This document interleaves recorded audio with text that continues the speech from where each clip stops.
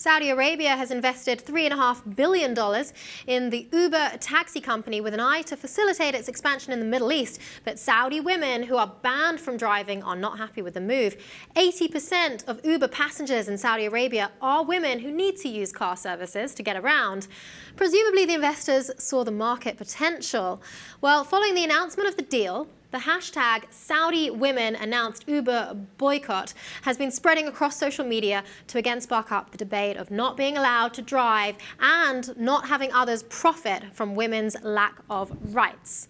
Well, this hashtag, in Arabic obviously, Saudi Women Announced Their Uber Boycott, it's been retweeted by not very catchy in English. retweeted by over 8,500 women from Saudi Arabia in the last week. Since this deal between Uber and Saudi Arabia was announced, they're not happy with the fact that Saudi Arabia, who is at the moment trying to diversify its industries, its economy away from oil. We know that they are, in terms of the oil supply is going less, in terms of moving to cleaner energy, they're trying to look at other avenues. Yes. And also they're not happy with the fact that you have the Silicon Valley company, and together they are basically exploiting the lack of women's rights in Saudi Arabia and turning Saudi women into, I'll quote, cash cows. Right, that it certainly is one way of looking at it.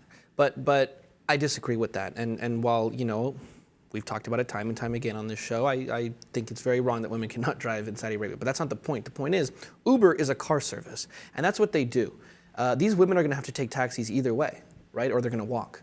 All Uber is doing is making it easier for them, more accessible. You don't want to be waiting outside for a taxi for who knows how long in the crazy Saudi Arabian heat. You can call somebody and they can come. We all use Uber, we all use other ones, you know, whether it's Lyft or whatever, so we know how convenient it is.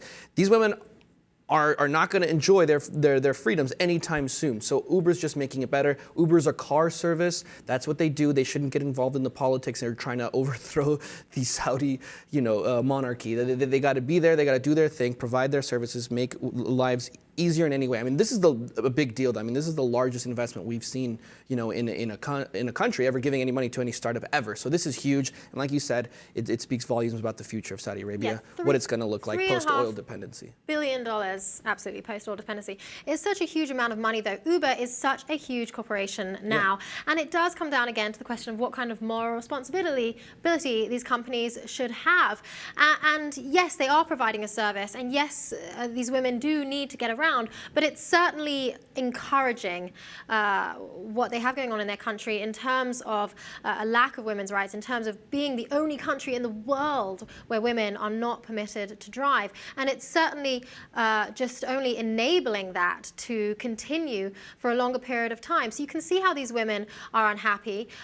Some have also been arguing that being alone in the car with a male driver is also not really in line with Islamic traditions. I'll read you a quote from an Uber spokeswoman based in New York, though, in response to the backlash. Here's what she had to say.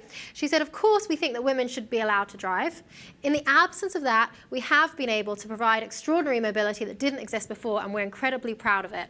Well, is she just saying the right thing? Because let's face it, $3.5 billion is a lot of money and a big potential market out there in Saudi Arabia. Uber is trying to change the game. When I mean the game, I mean the entire world as far as the way that we think about getting around. They want to be the only ones, okay? There's other competitors out there. There's Chinese versions of Uber that we don't even know exist. But they want to be the only ones, and they need to spread out as far as they can, and they are. They're investing billions, millions of dollars in the Middle East specifically, but billions overall.